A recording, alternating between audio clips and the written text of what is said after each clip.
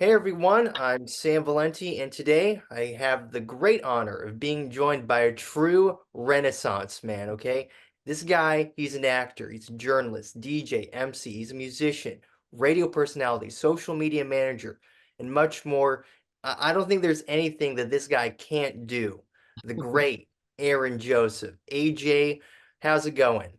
Good, good, Sam. You've done your research. You know a lot about me so far, so I'm excited to get this going. I'm doing very well. Well, hey, that's great to hear. And I know you're from Canada and you're also a big football fan. Of course, I saw you've done some really cool stuff with the Whitecaps over the years. So I have to ask, what are your thoughts on Canada's great performance in the Copa America? I was super, super proud of our boys. First time Copa America, and like I said, I'm a big football fan. I also work for the Vancouver Whitecaps, and one of our star players who started, I believe it was yesterday, might be the anniversary of Alfonso Davies when he started for the Whitecaps at 15 years old. You saw his performance out there for Team Canada. Also, big shouts to Jonathan David, who's also Canadian Haitian heritage, like myself. Proud of the whole team. It wasn't the result we wanted, but now everybody knows Canada's here.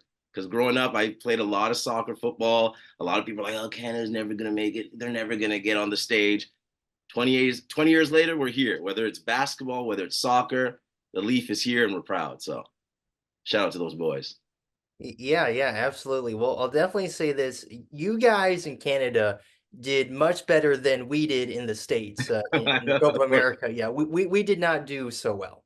And shout out to our coach, our new coach. I know y'all could have had him, but he's Yep. ours now. Yes, yes, absolutely. And you do so many different things. I mean, it's really impressive the stuff that you've done throughout your life and career. It's amazing, honestly. When you were growing up, did you ever imagine that you would be able to accomplish so much? That's a good question. I had a teacher once, and everybody has teachers that ask them what they want to be when they grow up. And a big shout out to Brother Newman, rest in peace. He had asked me honestly what I wanted to be when I grew up, and I was already a young actor, and I liked sports, I like talking, which ended up having making me be on the radio. I told him that I wanted to do everything. I wanted to be like an everybody.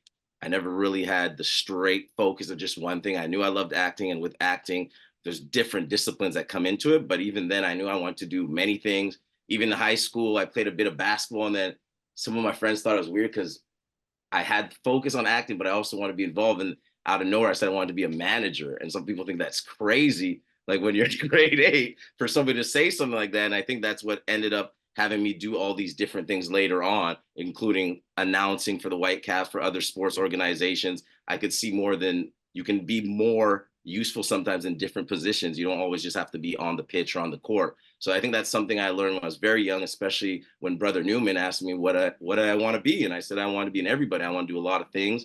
You only have one life, and let's see what I can do in this one life. I think that's such a great mentality to have. I mean, because you only live once, right? So you might as well make the most of the time you have here. For sure, YOLO. Yeah, yes, sir. Yeah, yeah, absolutely. I know you got into acting at a very young age. How did that interest in acting first spark for you? It started way back from what I remember. I'm born in Montreal, Quebec, Montreal, Canada. And when I was young, I used to pass by, I don't even remember the street, but I'd see there was just classes for ballet, tap, and they were doing a bunch of artsy things in the building. Every time I passed by, mom, I'd say, hey, I want to check that out. I want to check that out. And I remember at the time, there were no boys doing anything like that in that building. But one of the individuals saw me every day stopping by. They're like, you know what? Maybe he'd be good at tap and acting. So I started getting on my Gregory Hines, doing a little tap when I was young, believe it or not. And then after that, it fizzled out, but I knew I still wanted to be in the entertainment industry somehow, some way. Fast forward, mom's and I moved over to Vancouver, BC. And as luck would have it, she would open up a newspaper and there was something saying, is anybody, if anybody that's super young has any skills, whether it's tap, acting, specifically said that. My mom was like, would you be interested? I was like, this is what I want to do.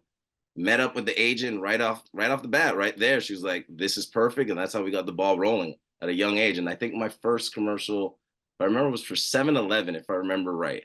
I think it was like a skateboard kid or something along those lines. Yeah. Wow, that's awesome. Do you remember like any other specific commercials that you did at the time? Honestly, I remember a lot of them only because the biggest advantage of being a kid actor, as you know or as you may not know, is that you get to keep maybe all the products, whether they're toys, cereal, like anything. So a lot of things I did was alphabets, Fruity Pebbles. There was that big Pog craze going up. If you guys know what Pogs are, there's like it's a little game we played with bottle caps. There's a company called Cap Toys that made those. Did a few for Micro Machines. There's a lot of stuff. A few basketball NBA like toy, like bobblehead type things like that. A whole bunch of stuff. I when I talk to my mom, she still says I have a case full of toys that are still left back there. So sometimes I go back and look at it, and sometimes I find things that I even forgot about. So that's one of the biggest advantages of being a kid actor. You get to keep a lot of the toys, a lot of stuff. And when you go back to school Monday, best believe you're flexing on all the kids because they're like, "Where'd you get this?" We have to talk about your role in Slam Dunk Ernest now, Or, where you play Quincy. You're the son of Barry, one of the players on the clean sweep, of course. yes, How did like, that's awesome. That's I had to awesome. wear it. Love that. It's been a while. Yes. How did that role come about for you? I was super young. If I remember, I was grade six, seven. I was doing a lot of auditions at the time and going for bigger roles. Um, Went for the audition one day. Things went well. They called me back in for a callback. I didn't really know how like serious the role was. I knew I was auditioning for something big, and before you know it, I got the call. Came home from school one day. My mom was like, "You booked it. They're gonna get you ready." Of course, I had to have a tutor on set because I'm young, so we had to get all that set up. And if I remember right, it was like maybe 2.5 weeks. Luckily, I got to work with some of my friends before. I had like little buddies that just happened to be on set with me that day in some of the basketball scenes.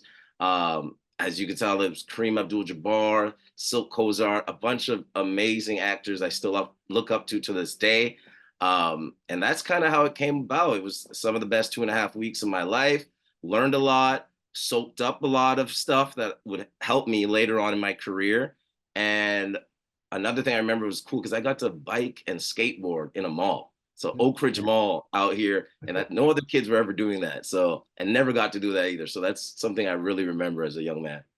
Before you would like start work on the movie, were you aware of the Ernest character in the Ernest movies?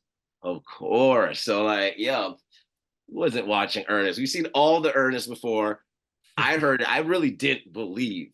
Once I knew it was gonna be the movie, but sometimes, you might not be in the scene. Once I knew that I got the role, that was it, man. I was telling everybody, I'm gonna see him. It's gonna be the best day. Jim Varney for kids, that was up there with there's like X-Men, Goosebumps, there's all this child folklore I can think of in my mind, but Jim Varney and the Ernest series was up there. So I knew that I had something and I was going to be able to tell everybody that I met him, and they're going to have so many questions, especially as a young kid. What other memories from filming stick out to you the most, like of just getting to be on set and stuff? A lot of it, there's a lot of individuals that I met. Oh my gosh, I'm forgetting his name will come to me, but he played DJ in the Street Fighter movie. He was also in that film. Miguel Nunez. Miguel Nunez, Yes. Yes. dope dude. Ran to him again a few times. Still big in Hollywood. Soaked up a lot of game from that man over there. Silk Kozart. All these people I'm listing at the time, they were on Fresh Prince of Bel Air. They were on like big shows on BET, UPN. Like they are and still are the man. Like, so there's a lot of people I realized I was like, oh, you're him. And of course, Kareem Abdul Jabbar. Like, Hmm. I already, I, we all knew who he was, legend in his own right, one of the nicest men ever. And also, I was a little kid, so to me, he was the Green Giant. He was bigger than life to see somebody like that on set. And another memory, I don't know if you'll get this, other people won't, but hanging out with Jim Varney, Hmm. I might be one of the few people that ever saw Ernest without his hat on. If you understand what I'm Wow. saying, you've seen the movies. I got to see him without the hat on. Got to really chop it up with him.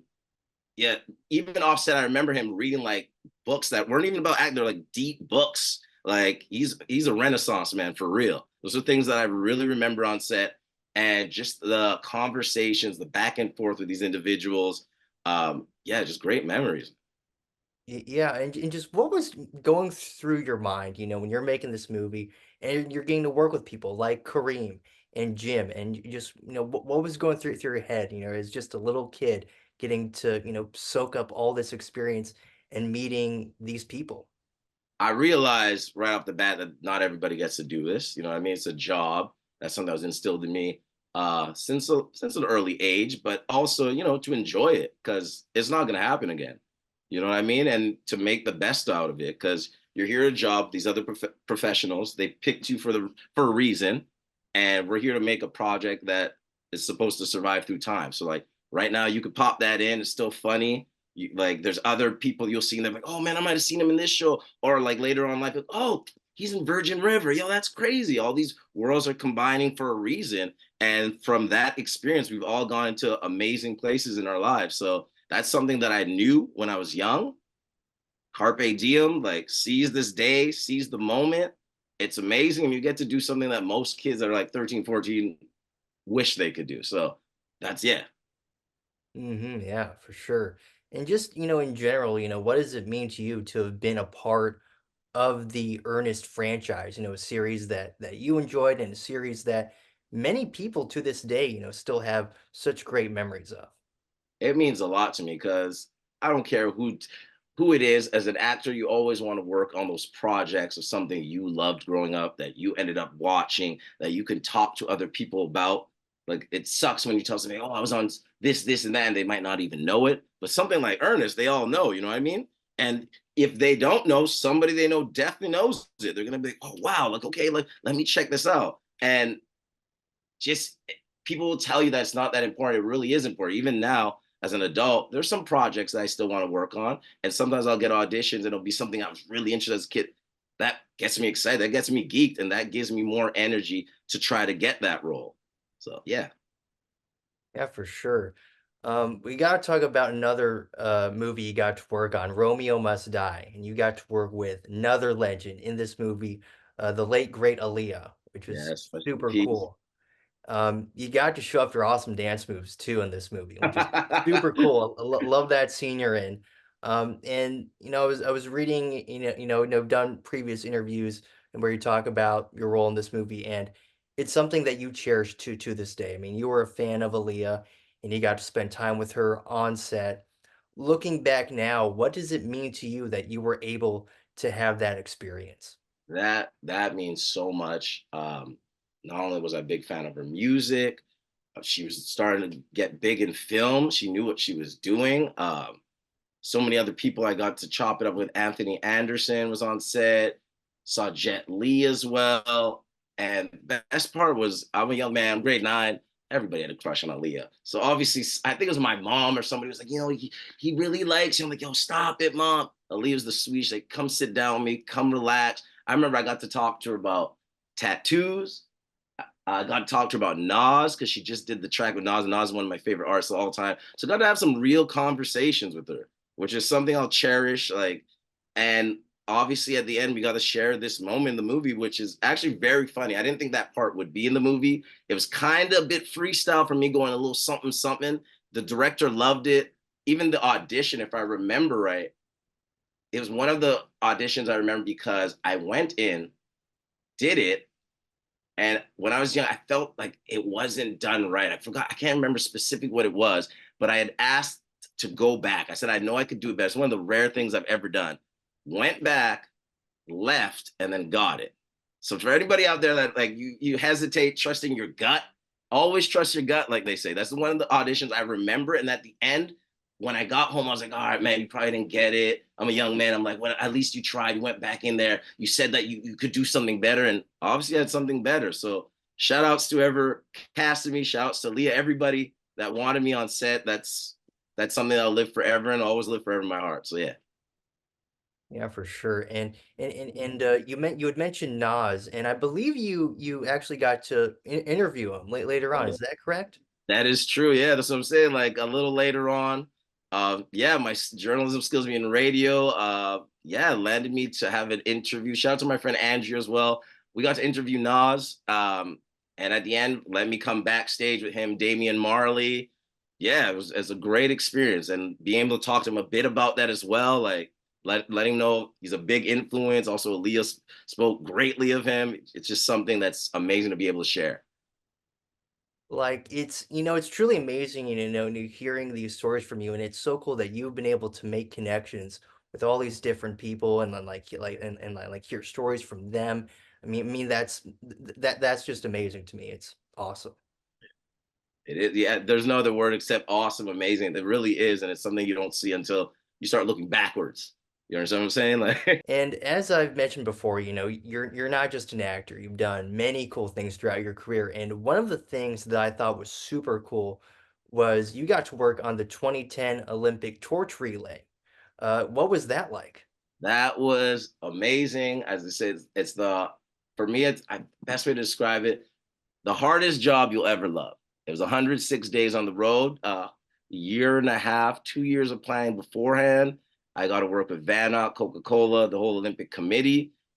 Unbelievable. Most people aren't able to see their whole country. So I got to see from coast to coast, 106 days, the best way you can see your country. Everybody excited to see it, meet everybody and anybody. The first female astronaut, VJs you saw growing up, athletes, everybody was there. It was a beautiful display. And yeah, I was so lucky to be part of that. Mm. Is it true that you crashed a wedding with the torch? Wow, you did your you did your research. Yes. That's crazy that you know that. If I remember, it might have been somewhere in Ontario, maybe Sault Ste. Marie. I was responsible for some of the torches, and I figured everybody would love to have an Olympic torch at their wedding, and it worked out. That's funny that you know that. Yes, we did crash a wedding. That was one of the best nights. Shout out to the bride and groom that were very accepting and receptive to having us crash their wedding. That's awesome. That's so cool that you were able to make that happen. And I can only imagine, being the bride and groom and just all of a sudden it's like, oh, it's the Olympic torch. There it is. Shout out to the grandparents that were cool too, because I was like, I had to run it by one person. He was like, wait, what? And he was like, oh, that's crazy. He's like, that's crazy. We definitely turned that party out. Bring back some memories now. Yes. You're also a radio host, right? For CITR 101.9 FM. And for anyone listening to this now, who wants to check out your show, and it's called Crimes and Treasons, by the way. Yes. How would you describe the show to anyone who's listening to this now who might want to tune in? So that's our tagline is basically uncensored hip hop and trill ish. So anything that's dope, mostly it's hip hop rap. But if you got something that's fire, fuego, like send it on over. That's what we play. And if you didn't know, CITR we're the same station as Nardwar, the Human Serviette. It's a great station. They play other things that other those other guys aren't playing. So I'm really proud about that. The show's almost 20 years now. Yeah, it started out as rhymes and reasons. Now it's crimes and treason, just the way the world's going. And yeah, we try to do this every Tuesday, 8 to 10 p.m. What do you find most fun about that and just getting to host your own show, over the air? Good question. I've always loved radio as a medium. I went to school for journalism, but writing journalism, and I only took one course for radio journalism, and that was the one. Like I knew ever since I was young. I always liked old time radio drama. So like The Shadow, X minus one. If anyone knows all those old time radio dramas, those things are amazing. And I also just love music. So through the years, I've lucky enough to meet other people in the radio industry. Rest in peace to Barry Duggan at the Beat 94.5, one of the OGs that gave me a chance when we had a hip hop station out here. DJ Flip Out, J Swing, these are guys that are known in the city. They would let me come in the studio once in a blue moon. They know they could trust me. Like, oh, this is how we do it here. This is how we work. This is how we get stuff prepared. And also, friends out in Seattle, Washington, DJ hyphen, recipes J Moore. There's a station that was called The Cube. Sometimes I'd go over the border and these guys would let me in Sunday night and let me soak up some games. So all these guys helped me to do what I'm doing now. And if it wasn't for them, I don't know if I'd be able to do it in the same capacity, but I always knew that I wanted to do it. And with that help, that's where I'm at now. So the crimes and treasons. As we've been talking here, like I've been saying a lot, you've done so many cool things throughout your life. What would you say is the thing, and I'm not sure there is, but what would you say is the thing you are most proud of in your life? That's a good question. You got me maybe stumped right now. It might still be to come. Who knows? There's a lot of stuff. There's a lot of stuff going on. There's a lot of opportunities, moments. Even recently, I've been doing a lot of tours with people that I used to listen to on my Walkman. Yeah, Walkman back in the day. And I never thought I'd be able to tour with like Exhibit, Yellow Wolf, Lloyd Banks. Like, so it seems every year there's something else crazier and better happening. So I think it's to come, man. I'll Mm. let you know.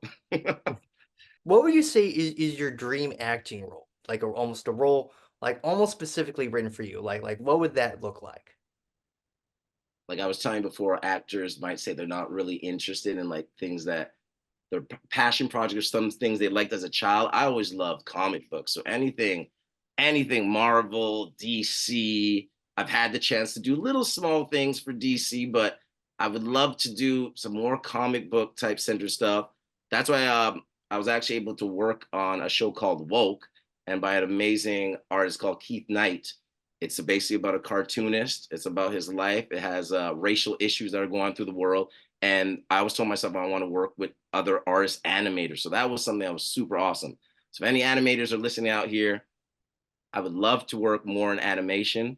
I would love to work with anything that's I always love like growing up, like Are You Afraid of the Dark, Goosebumps, anything like that. Like some people think that's really kiddie, but that stuff is amazing. I haven't seen the newer ones with Jack Black.